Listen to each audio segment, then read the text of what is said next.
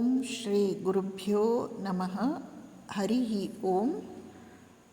ಒಬ್ಬ ಭಕ್ತ ಪ್ರಶ್ನಿಸುತ್ತಾನೆ, ಅಮ್ಮ, ನನಗೆ ಭಕ್ತಿ ದೊರೆಯುವ ಹಾಗೆ ಆಶೀರ್ವದಿಸಿ. ಶ್ರೀಮಾತೆಯವರು ಉತ್ತರಿಸುತ್ತಾರೆ, ಶ್ರೀರಾಮಕೃಷ್ಣರ ಕೃಪೆಯಿಂದ ನಿನಗೆ ಜ್ಞಾನ ದೊರೆಯುತ್ತದೆ. ಅವರು ನಿನ್ನ ಮೂರನೆಯ ಕಣ್ಣನ್ನು ತೆರೆಯುತ್ತಾರೆ. ಅಜ್ಞಾನದ ಕತ್ತಲು ಮಾಯವಾಗುತ್ತದೆ. ನಿನಗೆ ಎಂತೆಂತಹ ಅನುಭವಗಳೆಲ್ಲ ಆಗುತ್ತದೆ. ತಾಳ್ಮೆ ಇರಲಿ.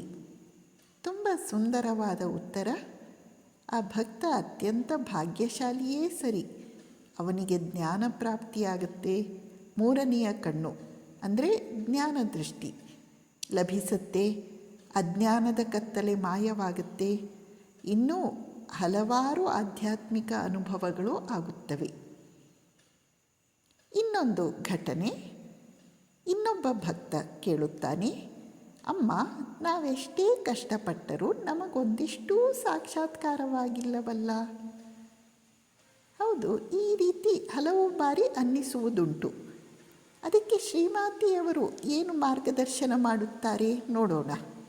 ಶ್ರೀಮಾತೆಯವರು ಉತ್ತರಿಸುತ್ತಾರೆ, ಮಗು, ಅದು ಖಂಡಿತ ಆಗುತ್ತದೆ. ಅದಕ್ಕೇಕೆ ಚಿಂತಿಸುತ್ತಿ? ಕಾಲಾಂತರದಲ್ಲಿ ಎಲ್ಲವೂ ಆಗುತ್ತದೆ. ಶ್ರೀಮಾತೆಯವರ ಮಾತಿನ ತಾತ್ಪರ್ಯ, ನಾವು ಕಷ್ಟಪಡುತ್ತಾ ಇದ್ದೇವೆ ಎಂದರೆ ಜಪ ತಪ ಅಧ್ಯಯನ ಸಾಧನೆ ಸೇವೆಯಲ್ಲಿ ತೊಡಗಿದ್ದೇವೆ. ಅದನ್ನು ಅದೇ ರೀತಿ ಮುಂದುವರಿಸಿಕೊಂಡು ಹೋಗಬೇಕು.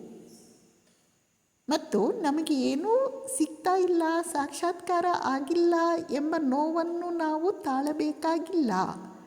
ಸಕಾಲದಲ್ಲಿ ದೈವಿ ಅನುಭವ ಆಗಿಯೇ ತೀರುತ್ತದೆ. ಇನ್ನೊಮ್ಮೆ ಒಬ್ಬ ಭಕ್ತ ಪತ್ರ ಬರೆದಿದ್ದಾನೆ, ನಾನು ಮಂತ್ರ ಜಪ ಮಾಡ್ತಾ ಇದ್ದೇನೆ, ಅದರಿಂದ ಏನೂ ಪ್ರಯೋಜನ ಆಗ್ತಾ ಇಲ್ಲ, ಆದ್ದರಿಂದ ಅದನ್ನು ನಾನು ನಿಮಗೆ ಹಿಂತಿರುಗಿ ಕೊಡಲೇ.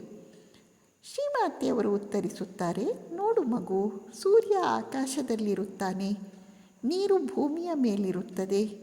ನೀರು ಸೂರ್ಯನನ್ನು, ಓ ಸೂರ್ಯನೇ, ನನ್ನನ್ನು ಮೇಲಕ್ಕೆ ಕರೆದುಕೋ ಎಂದು ಕೇಳಬೇಕೇನೋ? ನೀರನ್ನು ಆವಿಯಾಗಿಸಿ ಮೇಲಕ್ಕೆ ಕರೆದುಕೊಳ್ಳುವುದು ಸೂರ್ಯನ ಸ್ವಭಾವ. ನೀನು ಏನನ್ನೂ ಮಾಡಬೇಕಾಗಿಲ್ಲ. ಹಾಗೆಯೇ ನಮ್ಮನ್ನು ಉದ್ಧಾರ ಮಾಡುವುದು ಮಂತ್ರದ ಸ್ವಭಾವ. ನಾವು ಕೇವಲ ಮಂತ್ರ ಜಪ ಮಾಡಿಕೊಂಡು ಹೋದರಾಯಿತು, ಇನ್ನೇನೂ ಮಾಡಬೇಕಾಗಿಲ್ಲ. ಎಷ್ಟು ಸುಂದರ ಭರವಸೆ. ನಮಸ್ಕಾರ.